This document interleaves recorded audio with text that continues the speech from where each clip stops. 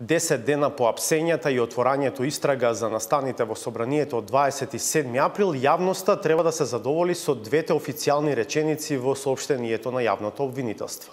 Едната дека завршила предистражната постапка и втората дека е донесена наредба за спроведување истражна постапка против 36 лица поради основано сомнение за сторено кривично дело терористичко загрозување на уставниот поредок и безбедноста. И толку. Информации нема ниту од кривичниот суд, па останува нејасно која е основата за одредување притвор за осомничените или зошто кривичниот совет при судот, на оние на кои првично им беше одреден куќен притвор, потоа им одреди притвор. Решенијата на судиите на претходна постапка и на кривичниот совет не се објавени на судскиот портал, а судот негативно одговори на нашето дополнително барање да ги добиеме одлуките. Зошто? Во студиото е колегата Александар Димитриевски, кој деновиве во комуникација со судот. Александар, како судот го правда ова свое решение, ова своја одлука да не ги објави решенијата? За да бидам попрецизен, Васко, ќе го прочитам целиот одговор што го добивме од судот, кој вели дека во однос на вашето барање за објавување на решенијата на судија на претходна постапка, согласно Законот за управување со движење на предметите во судовите, член 10 став 3, во случај кога јавноста е исклучена во конкретна постапка, одлуките не се објавуваат на веб страницата на судот. Во нашата дополнителна комуникација со судот, дека сепак станува збор за еден случај од висок профил, судот сепак остана нова толкување. Нивната главна аргументација е дека станува збор за решенија за притвор во фаза на истрага, а од друга страна истрагата по Законот за кривична постапка е тајна. Со други зборови, судот сака да каже дека со откривањето на решенијата ќе се наруши тајноста на постапката.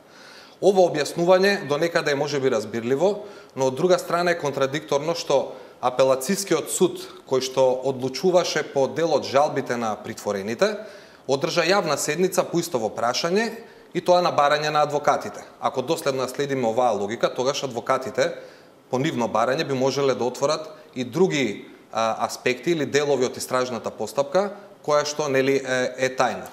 Така што ако оваа фаза од постапката се смета за тајна, тогаш како сегмент од фазата која што е тајна може да биде јавен. Токму тоа, таа е таа логика што во моментов, да кажеме, не кореспондира со одлуката на кривичниот суд да не ги објавува решенијата и покрај тоа што, нели, како што кажавме, станува збор за случај од висок профил. Иако контрааргументот на тоа може да биде дека јавните седници во апелација беа на барање на одбраната и на засегнатите, практично на притворените. Може да биде аргумент, но како што реков, во тој случај дали адвокатите можат да бараат отварање и на други елементи од истрагата, која што нели сепак се смета за тајна. Уште една теза во прилог на тоа дека е помалку чудна одлуката на новото раководство на кривичниот суд во Скопје да не ги објави решенијата е и досегашната пракса. Факт е дека досега решенија на судии на претходна постапка по барања за притвор, независно каква била одлуката на судот, биле објавувани на веб страниците на судовите. Токму истиот Скопскиот кривичен суд до пред известно време ги објавуваше одлуките, односно решенијата за притвор. И јавноста е сведок дека сите барања за притвор кои што ги имаше специјалното обвинителство, сите беа во фаза нели на истрага, судот ги објавуваше и покрај тоа што предпоставувам и самите суди и председателот очекуваа дека ќе најдат на широки критики во јавноста, затоа што, како што знаеме, речиси да не беше прифатен ниту едно барање за притвор на специјалното јавно обвинителство. Имав можност да се консултирам и со поголем број на судии по истово прашање. Факт е дека дел од нив го отвори ова како проблем, дали решението за одредување на мерка притвор во фаза на истрага треба да биде јавно, но од друга страна судии од внатрешноста на Македонија рекоа дека тие ги објавуваат јавно своите решенија, доколку некој, односно доколку јавноста ги побара или новинарите ги побараат. Очигледно е дека има различни толкувања, но досегашната пракса и во Скопскиот кривичен суд и во други судови низ Република Македонија била да се објавуваат овие решенија. Што би бил финалниот заклучок еве од ова? Финалниот заклучок би рекол би можеле да го сведеме на две причини поради кои што судот одбива да ги објави решенијата. Првото логично е дека новото раководство го затвара судот за јавноста.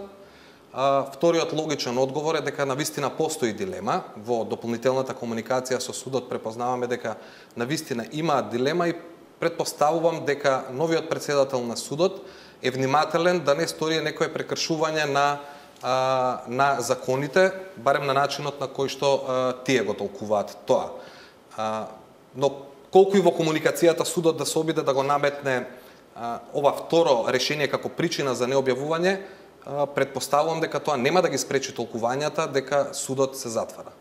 А со тоа и да остави простор во јавноста да продолжат тезите дека, например, меѓународно реномиран оперски пејач е бесправно, незаконски, несоодветно ставен во притвор. Ако судот ги објавеше решенијата, ќе можевме да видиме основата врз основа на која што е донесена одлуката, меѓу другото и Дурловски да оди во притвор.